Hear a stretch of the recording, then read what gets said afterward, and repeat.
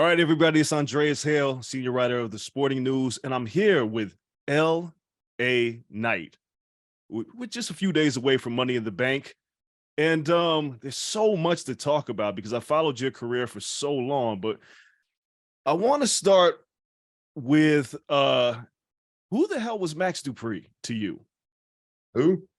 I don't know. And I don't want to get too deep in the weeds on that, but I can tell you this, it wasn't me. So whoever it was, I don't know. I'll never know. But all I know is LA Knight is here, and LA Knight is organically just me. And the best way I could describe that, if anybody was to ask, well, what do you mean by that? If you were ever at a party with me and you saw me, I'm a heightened personality in that environment. So you take that version of me, and if you've ever been in an argument with me, it can get pretty intense. So you put those two parts of me together. If I'm at a party and an argument at the same time, you got yourself LA Knight right there. Beautiful. All right.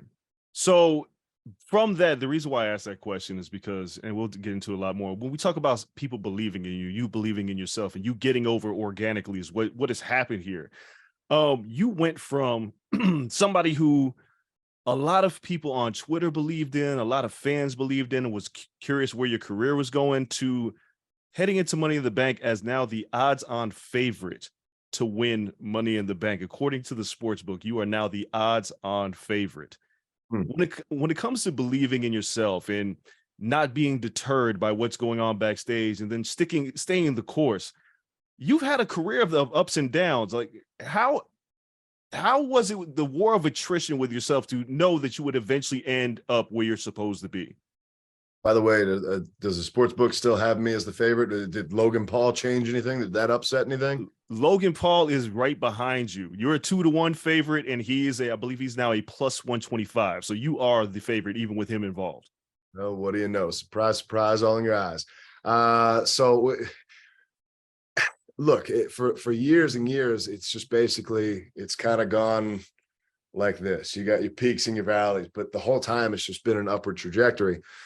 But there have been times where it's just like, man, I can't get a foothold for whatever reason, which was crazy to me because I knew I'm going to say something that's going to almost give me douche chills here, but I knew I was very good at what I do. I knew I was very, very good at what I do. And I knew that as far back as 2010, 2011. Now, have I improved since then? I'm sure I have. But like as far back as then, I'm watching other guys get opportunities who I knew just weren't even close. And I say that with no disrespect, but just I'm looking like, what is the deal? And whether it was politics or me maybe not knowing how to sell myself properly or whatever it was, it just took a long ass time to get there. And, you know, at one point I was blacklisted, then a new regime came in and I had an opportunity to come in then, and then that happened. And then that went wrong because, you know, perception and all this kind of stuff. So everybody, well, not everybody, but I'm sure some people know I was at the PC 10 years ago, 2013, 2014. I actually started, what's today? I started 10 years ago yesterday. Wow. So I was not released due to a talent issue. That was made very, very clear to me. I was released because of a perception issue, because I was perceived as, we'll just say, a jerk, which was ridiculous.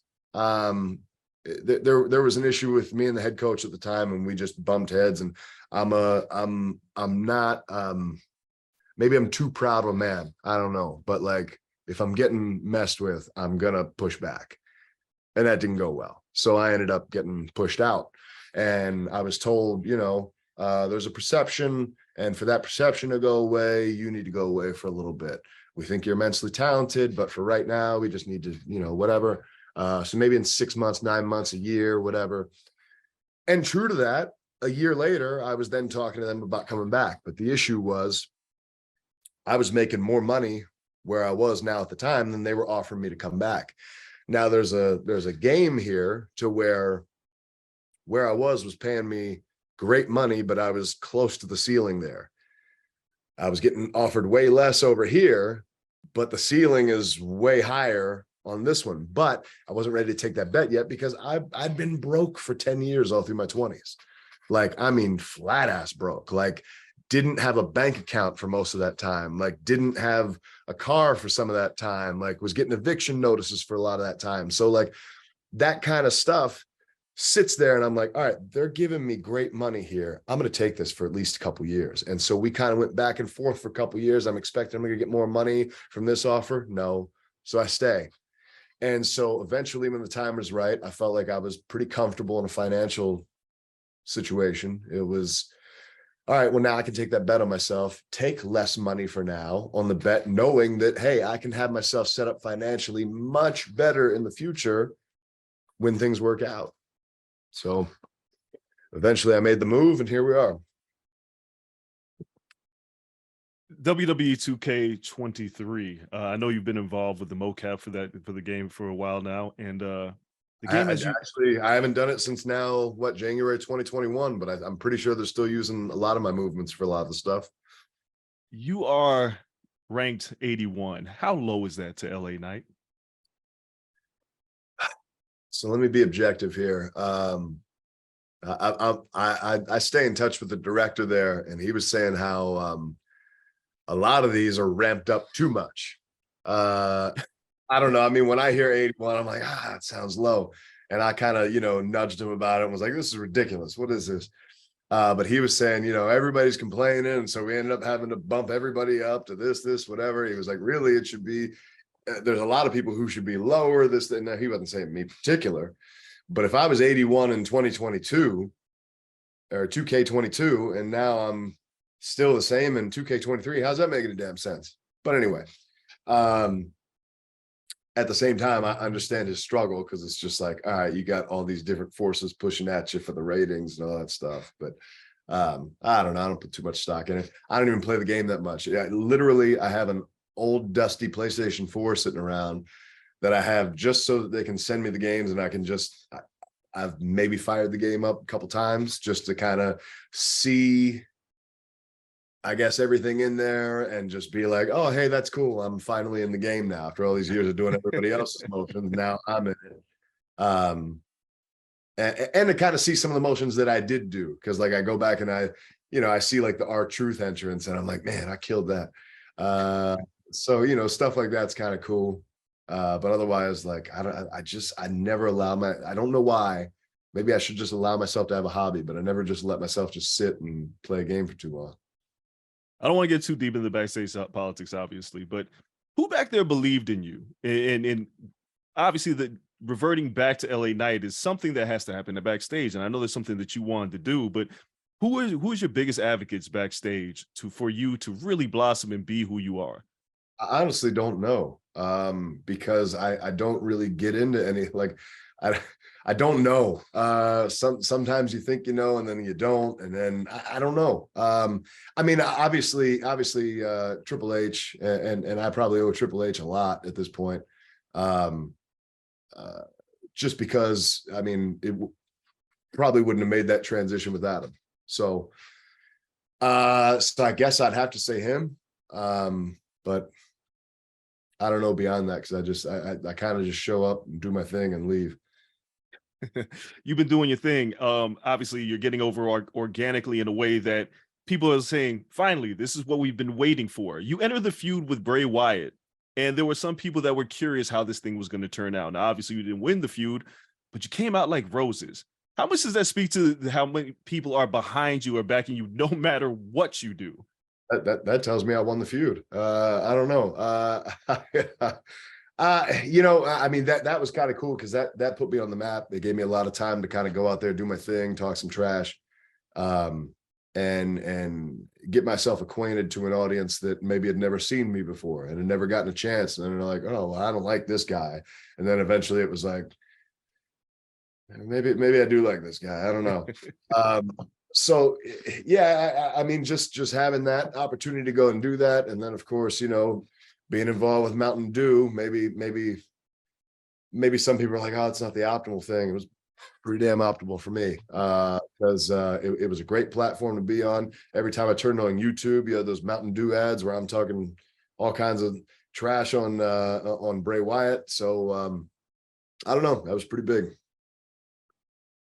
Were you disappointed that you didn't get to be at WrestleMania, especially considering it was LA, especially considering that everybody was fantasy booking you in some way, shape, or form to be at WrestleMania, and then you weren't there?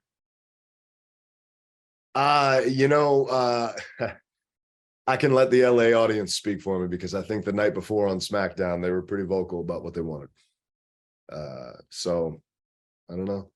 Can we call it a misstep? Maybe. I think we can. I think we can. I think it's fair. I don't think it'll ever happen again. We'll see. I've seen a few interviews where you talked about your age and how it was discouraging for some people to push you because they were concerned about your age. But you have people like AJ Styles, who's over 40, and you guys perform like you're still in your 20s. When you hear that word age and you perform the way that you do, what do you want to dispel the notion that, look, guys, age isn't the factor. It's the work that you put in and how you take care of your body. 100%. But you know, a lot of people don't want to listen to that. So I mean, look, I'm 40 and jumping straight to the top rope. So I think I'm doing all right. I've never had any major injuries or surgeries. And I plan to keep it that way because of the way that I work pretty damn safe. I make my stuff count. But at the same time, like the difference, I think, at least the argument that I usually see is that AJ was more established than I was coming in. So you don't need to work as much on a build. And there's some there's some merit to that argument. But at the same time, I think I've proven now in a short amount of time, I don't really need that much build. At this point, I've come in and I've made a whole lot of noise. I've made a big ass splash in a small amount of time, to the point where nobody even remembers this other guy that I was a year ago. So I think the problem is you get set in patterns, you get set in certain models, no pun intended. But the model being like, hey, we're going to need to really work on this guy if we want to get him over. We're really going to need to kind of get behind this guy. Nobody's really gotten behind me for the most part. I'm kind of just floating around doing my thing and somehow still making people make noise one way or the other. So you don't really have to build me up. You don't have to do anything for me. I'll go out there. I'm a self-starter. I'm going to make myself out there. So no matter if you give me 10 seconds or you give me 10 minutes, I'm going to do something that is going to make some noise and make people remember that. So I understand the thought process. At the same time, I don't think I'm typical.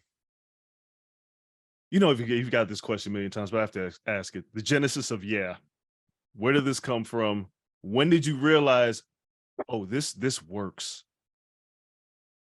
It's a long story, but I'll get to the last part, which is just when I realized it worked. And that was probably back in 2016, 2017, when I was at Impact, and it was just, doing the Fact of Life show and hitting that button, and it goes, dummy, yeah. And afterwards I'd go, yeah. And then the crowd would go, yeah. So then it was just like, all right, well, obviously that's working, that they're biting on that. And I knew I could take that anywhere. So then, go ahead to NWA. That crowd was always rabid, and you can say anything you want about NWA, but those first Power shows were really damn special.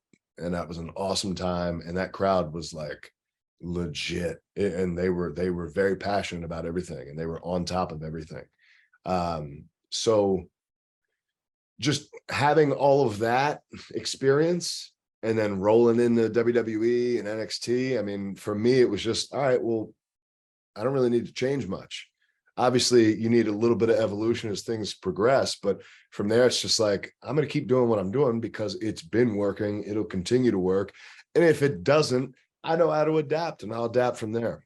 But how's it feel to hear the crowd yelling back in these big arenas where you perform, Look, you're presented as the heel, but nobody cares. Everybody loves LA Knight. Everybody loves the call and response, and the idea that you have created something that's not just gotten over in NWA or Impact, but now it's one of the most over things in the WWE. How does that feel? I'd love to say it's overwhelmingly good, but I'm never able to really celebrate these things. Because for me, it's kind of, I always have in the back of my mind that this can all go away at any moment. So I'm just kind of like, I've done it, but I haven't done it. Like I'm like, it's here, but it's not here because I'm still waiting for, I'm so jaded in a lot of ways. Just because of this whole journey that like, I don't ever trust anything for too long or too much to where I'm just always waiting for the carpet to be pulled out. So I'm just on guard to the point where I'm never really just like, oh, this is awesome. This is cool. I'm just like, yeah, well, yeah, they're doing that. Cool. Yeah. What else are they going to do? Where else are we going next? And is that because of all the time it's taken for you to get to this point that you have little concerns here and there that, I mean, it's out of your control. Everything that's kind of happened in your career, especially since joining WWE, has been out of your control. So is that the concern that, look, I can't do anything to change this, so I'm just going to keep doing me. And if it don't work out, if somebody doesn't like it, that's on them. There's a lot of that. Just going through the experiences of feeling unwanted, shut out, being told no, creative people telling you that maybe you're generic in some way or whatever. Okay, cool. Well, let's see. And we have seen. So yeah, if you can't tell, there's a little bit under me that gets a little hot about it because it's been a pretty damn frustrating road. So yeah, it's tough for me to sit here and really celebrate and be like, oh man, it's great, it's awesome, just because at any minute I'm expecting somebody to try and snipe me from one direction or another. And maybe it's not even like that anymore. It probably isn't. But at this point, that's just the conditioning that I've had, and that's the conditioning I'm set to where it's just I'm always kind of checking the six. And you got to look over your shoulder, but pivoting back to Money in the Bank, you look over your shoulder and here comes Logan Paul involved in the Money in the Bank match. And when I mentioned that, Sky is, a YouTube guy, but he's acclimated himself very well in the WWE and he's over and people are excited to see him. But I go back to the fact that you are still the favorite to win Money in the Bank. So maybe at this point, do you think, yeah, you got to check your six, but not only do the fans believe, the odds makers believe you, like everybody finally is all aboard the LA Knight train. The gravy train's going to roll right into London. We'll see what happens. Everybody, I think a lot of people thought that with Logan Paul in there, it would kind of upset the apple cart a bit, but I don't know. I didn't even know the sports bet and the odds makers were a thing for this, but here we are. And the fact that hasn't changed and I'm still sitting atop of that. Yeah, I guess that speaks to something. And whether that's, my talents or this, that, or whatever, maybe it's a flash in the pan. I don't know. I don't think so.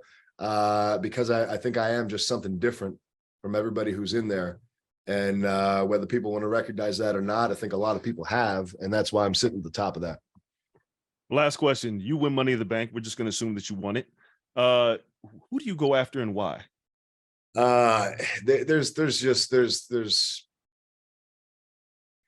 There's so many different reasons to go so many different directions on that, but I'm just going to sum it up to say that the best odd, or not the best odds, but the best outcome is WWE Universal Champion and the guy who disrupts a multi-year reign. Ooh, I like it. And what better story do you get than that? I don't think you get a better one. The last question though is, do you do the honorable thing and say and announce that you're cashing in and get them ready for that match, or do you do the dishonorable thing and do the run in and do what Edge did many years ago and cash in when your man is at his weakest? Honorable men do honorable things, but I guess that depends on if you think I'm an honorable man or not. So sometimes you just got to strike when the opportunity is right. When's the iron hot? Well, Ellie and I appreciate the time, brother, and good luck to you. Like I said, I've been following your career for a long time. I'm happy that people are finally seeing what a lot of us have seen way back in the Impact days, way back in the NWA days, and I hope that you don't have to continue looking over your shoulder, because I think the time has come for you, my good friend. Whether I do or I don't, I'll probably continue doing it anyway. I'm just used to it. All right. Well, I appreciate the time. Thank you so much. Yes, indeed. Thanks, Andreas. Appreciate you, man. Thank you. No problem.